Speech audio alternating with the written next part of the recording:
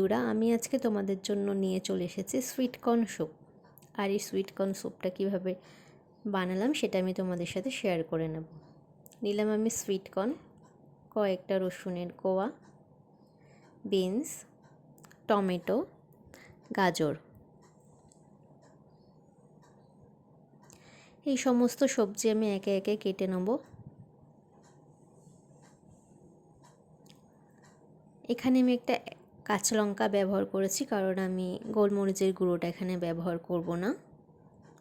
তোমরা যারা যারা গোলমরিচের গুঁড়ো পছন্দ করো তারা অবশ্যই স্যুপের মধ্যে দিও।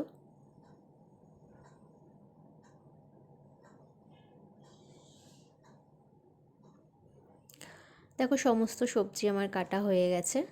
আর এখানে কিছুটা সুইট কর্ন আমি সিদ্ধ করে নিয়েছি, আর কিছুটা আমি পেস্ট করে নিয়েছি। আর এই পেস্টটা আমি ব্যবহার করছি কারণ আমি এখানে কোনো কর্নফ্লাওয়ার ব্যবহার করব না।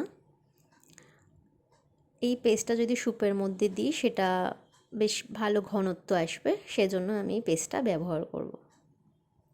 এবার আমি কুকারের মধ্যে বাটারটা দিয়ে নিয়েছি।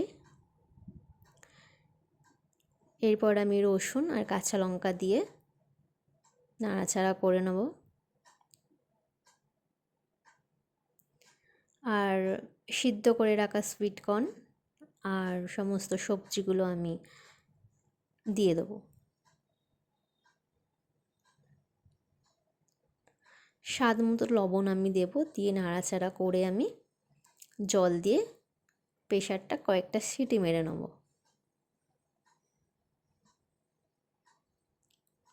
দেখো, আমার সিদ্ধ হয়ে গেছে সবজিগুলো। এরপর আমি টমেটো দিয়ে আর যে পেস্টটা করে রেখেছিলাম সেটাও আমি দিয়ে নেব।